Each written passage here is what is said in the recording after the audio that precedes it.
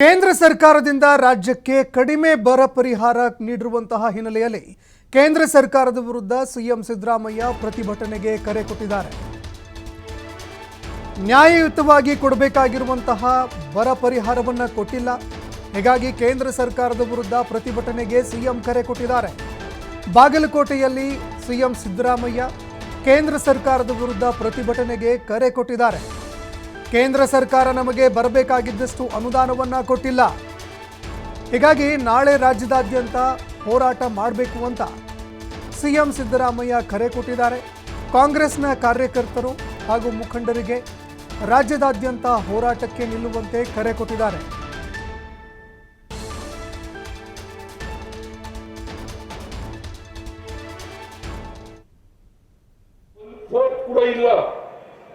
ಅದಕ್ಕೆ ನಾಳೆ ಮಹಾತ್ಮ ಗಾಂಧೀಜಿಯವರ ಪ್ರತಿಮೆ ಮುಂದೆ ನಮ್ಮ ಸರ್ಕಾರದ ವತಿಯಿಂದ ನಾನು ಡಿ.ಕೆ. ಶಿವಕುಮಾರ್ ಮತ್ತು ಇತರೆ ಮುಖಂಡಗಳೆಲ್ಲರೂ ಸೇರಿ ಪ್ರತಿಭಟನೆಯನ್ನ ಹಮ್ಮಿಕೊಂಡಿದ್ದೇವೆ. ನಾವು 1/4 ಕೂಡ ಇಲ್ಲ. ಅದಕ್ಕೆ ನಾಳೆ ಮಹಾತ್ಮ ಗಾಂಧೀಜಿಯವರ ಪ್ರತಿಮೆ ಮುಂದೆ ನಮ್ಮ ಸರ್ಕಾರದ ವತಿಯಿಂದ ನಾನು ಡಿ.ಕೆ. ಶಿವಕುಮಾರ್ ಮತ್ತು ಇತರೆ ಮುಖಂಡಗಳೆಲ್ಲರೂ ಸೇರಿ ಪ್ರತಿಭಟನೆಯನ್ನ ಹಮ್ಮಿಕೊಂಡಿದ್ದೇವೆ. ನಾವು 1/4 ಕೂಡ ಇಲ್ಲ. ಅದಕ್ಕೆ ನಾಳೆ ಮಹಾತ್ಮ ಗಾಂಧೀಜಿಯವರ ಪ್ರತಿಮೆ ಮುಂದೆ ನಮ್ಮ ಸರ್ಕಾರದ ವತಿಯಿಂದ ನಾನು ಡಿ.ಕೆ. ಶಿವಕುಮಾರ್ ಮತ್ತು ಇತರೆ ಮುಖಂಡಗಳೆಲ್ಲರೂ ಸೇರಿ ಪ್ರತಿಭಟನೆಯನ್ನ ಹಮ್ಮಿಕೊಂಡಿದ್ದೇವೆ. ನಾವು 1/4 ಕೂಡ ಇಲ್ಲ. ಅದಕ್ಕೆ ನಾಳೆ ಮಹಾತ್ಮ ಗಾಂಧೀಜಿಯವರ ಪ್ರತಿಮೆ ಮುಂದೆ ನಮ್ಮ ಸರ್ಕಾರದ ವತಿಯಿಂದ ನಾನು ಡಿ.ಕೆ. ಶಿವಕುಮಾರ್ ಮತ್ತು ಇತರೆ ಮುಖಂಡಗಳೆಲ್ಲರೂ ಸೇರಿ ಪ್ರತಿಭಟನೆಯನ್ನ ಹಮ್ಮಿಕೊಂಡಿದ್ದೇವೆ.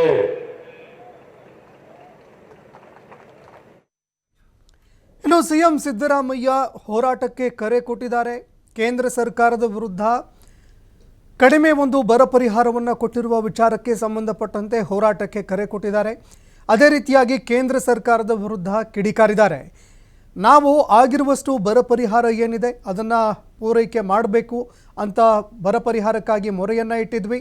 ಆದರೆ ಕೊಟ್ಟಿರುವಂಥದ್ದು ಅತ್ಯಲ್ಪ ಕೊಟ್ಟಿದ್ದಾರೆ. ಹೀಗಾಗಿ ಕೇಂದ್ರ ಸರ್ಕಾರ ಮಲತಾಯಿ ಧೋರಣೆಯನ್ನು ಅನುಸರಿಸ್ತಾ ಇದೆ ಅಂತ ನಾಳೆ ಗಾಂಧಿ ಪ್ರತಿಮೆಯ ಮುಂದೆ ಡಿ.ಕೆ. ಶಿವಕುಮಾರ್ ಆದಿಯಾಗಿ ಸಿಎಂ ಸಿದ್ದರಾಮಯ್ಯ ಕಾಂಗ್ರೆಸ್ನ ನಾಯಕರೆಲ್ಲರೂ ಸೇರಿ ಹೋರಾಟ ಮಾಡೋದಕ್ಕೆ ಅಂತ ನಿರ್ಧಾರವನ್ನು ಮಾಡಿದ್ದಾರೆ. ಸಿಎಂ ಸಿದ್ದರಾಮಯ್ಯ ಹೋರಾಟದಲ್ಲಿ ಭಾಗಿಯಾಗುವಂತೆ ಕರೆ ಕೊಟ್ಟಿದ್ದಾರೆ.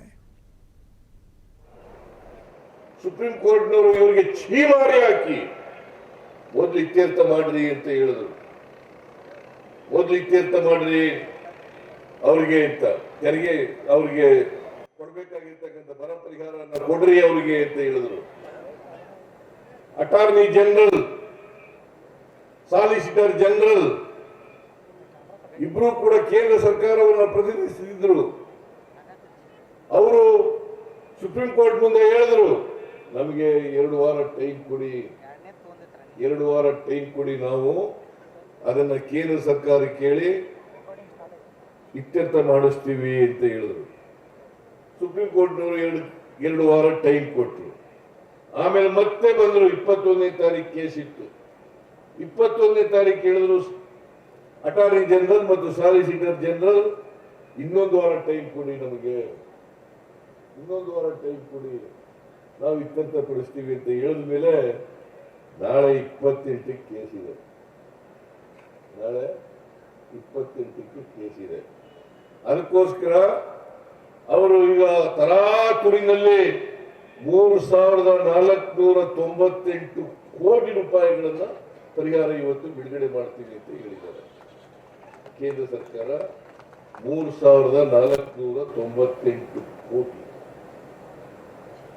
ನಾವು ಕೇಳಿರೋದು 18,172 ಕೋಟಿ.